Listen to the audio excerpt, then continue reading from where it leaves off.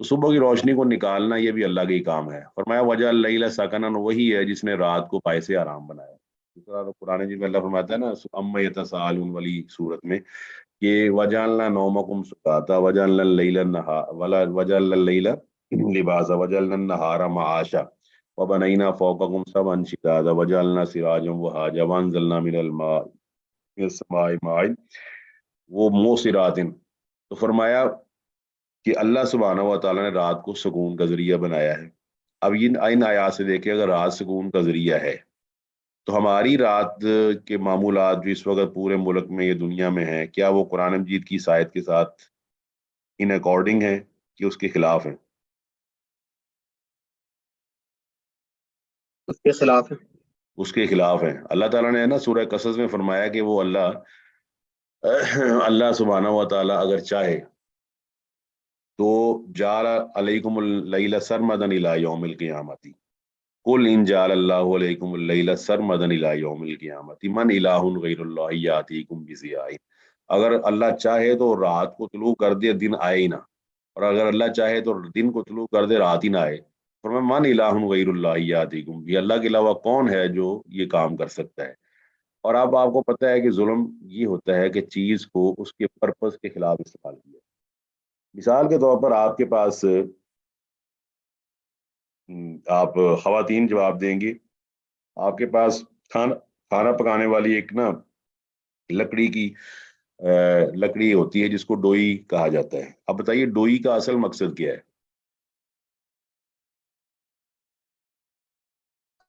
سر اسے کھانا ہلاتے بھی ہیں تاکہ نیچے نہ لگے، اور اس کے علاوہ ہم اسے کھانا ڈالتے بھی ہیں دوسرے برتن میں. اچھا اس کا اصل مقصد یہ ہے، اس کا اصل مقصد بچوں کو مارنا تو نہیں نا ہے؟ یہ بتائیں. نہیں سر. ہمارے یہاں مائیں بعض اوقات نا ڈوئی سے بچے کو مارتی ہیں. جب اسے پوچھا جاتا ہے تو وہ یہ بھی یہی کہیں گے کہ جی ڈوئی کا اصل مقصد، ڈوئی اس مقصد کے لیے بنی ہی نہیں ہے. ڈوئی کا مقصد ہی صرف ایک ہے کہ اس کو کھانے والی ہانڈی میں ڈال کے کھلایا جائے. اسی طرح آپ دیکھتے ہیں موبائل فون ہے، موبائل فون صاف ظاہر ہے کال کرنے کے لیے ہوتا ہے، لیکن آپ اگر اس سے کسی کو ماریں نا تو اس کو ضرور درد ہوگی. لیکن اس کا یہ معنی نہیں ہے کہ جو موبائل فون ہے وہ اس لیے بنایا گیا ہے. رات بنائی ہی سکون کے لیے گئی ہے، اور رات آپ کی شروع ہو جاتی ہے مغرب کے بعد. تو اللہ تعالیٰ نے سسٹم اس طرح بنا دیا ہے کہ مغرب سے عشاء تک آپ اپنا کام سمیٹیں، عشاء کی نماز پڑھیں اور سو جائیں. یہ سکون ہے. ہم نے کیا کیا، ہم نے سارے کام دن کے رات کو شفٹ کر لیے ہیں. بالکل ایسے ہی ہے کہ ہم ڈویاں منگوا کر بچوں کو مار رہے ہیں اور یہ سمجھ رہے ہیں کہ شاید ڈوئی اس مقصد کے لیے بنی ہے. بالکل ایسے ہی ہم نے رات کو دن بنا دیا اور دن کو رات بنا دیا.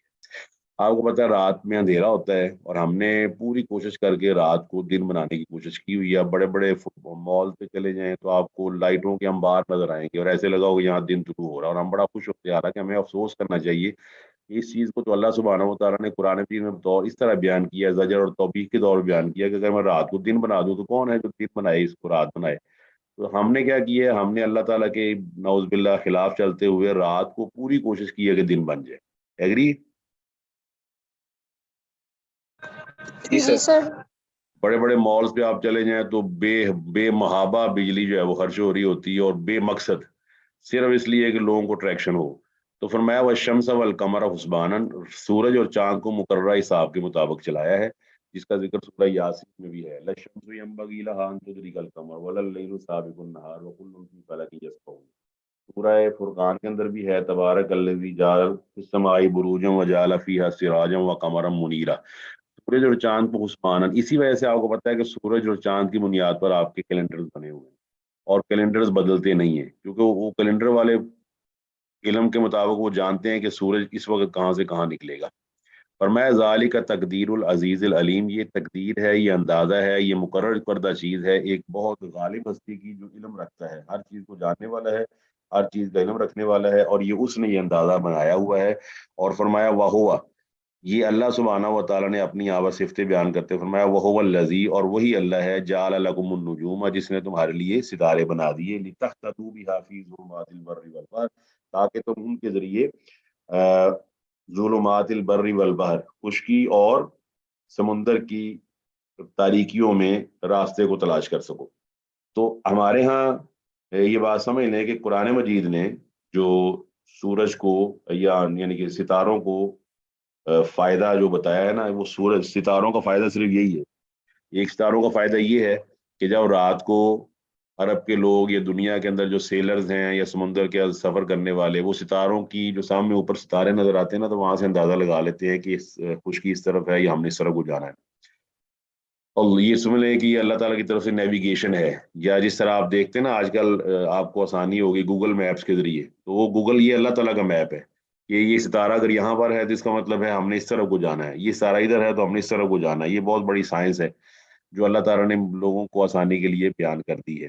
اچھا، دوسرا یہ ہے کہ اللہ تعالیٰ نے سورہ صافات کی آیت نمبر 6-7 میں فرمایا کہ ستارے پہ زینت الکواکب، یہ آسمان کی زینت ہیں. اور پھر سورہ ملک میں فرمایا ہے کہ وہ سورہ ملک کی آیت نمبر 5 میں بھی آپ پڑھ سکتے ہیں کہ اس میں وَجَعَلْنَا رُجُومًا لِلشَّيَاطِينِ وَأَعْتَدْنَا لَهُمْ عَذَابَ السَّعِيرِ. ایک تو یہ کہ یہ آسمان دنیا کی رونق ہے، اور دوسرا یہ کہ یہ شیطان کو بھگانے کا ذریعہ ہے. تو ان کے علاوہ یہ سمجھنا کہ نجم یا ستاروں کے اندر اللہ تعالیٰ نے فائدے رکھے ہوئے ہیں کہ وہ قسمت کا حال بتاتے ہیں، تو یہ بالکل باطل ہے. رسول اللہ صلی اللہ علیہ وآلہ وسلم نے حدیبیہ کی رات اپنے صحابہ کے ساتھ ایک میدان میں گزاری. صحیح بخاری کی حدیث ہے. صبح ہوئی تو رات کو وہاں بارش ہوئی، تو آپ علیہ الصلوۃ والسلام نے فرمایا صبح کے ٹائم کہ رات کو آپ کو پتہ ہے کچھ لوگ کافر ہو گئے ہیں، مشرک ہو گئے ہیں، کچھ مسلمان. تو صحابہ نے پوچھا کون؟ فرمایا جس نے یہ سمجھا کہ بارش اللہ تعالیٰ نے کی ہے وہ مومن بن گیا، اور جس نے یہ سمجھا کہ بارش فلاں ستارے کی وجہ سے نازل ہوئی ہے تو وہ مشرک ہو گیا. تو ستاروں کے اندر یہ تاثیر رکھنا اور اس کے بارے میں یہ سمجھنا کہ ستارے ہماری قسمت کے مالک ہیں، یہ بالکل باطل اور مشرکانہ نظریہ ہے.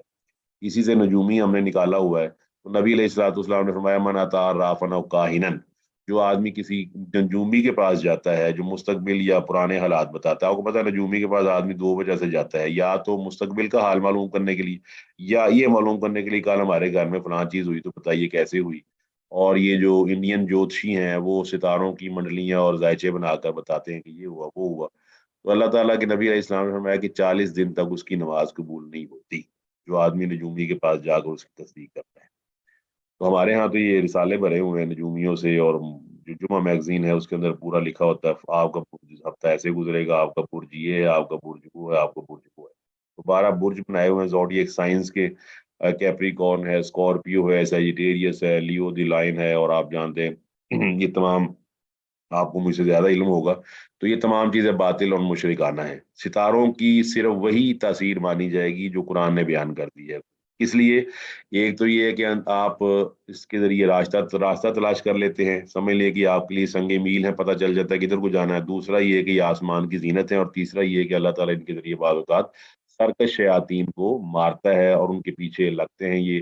تو فاتبہ شہاب ثاقب، اللہ فرماتا ہے قرآن مجید میں کہ وہ اس کو ختم کر دیتا اس جن کو. فرمایا قد فصلنا الآیات، ہم نے تفصیل کے ساتھ آیات بیان کر دی ہیں لقوم یعلمون، اس قوم کے لیے جو علم رکھتی ہے.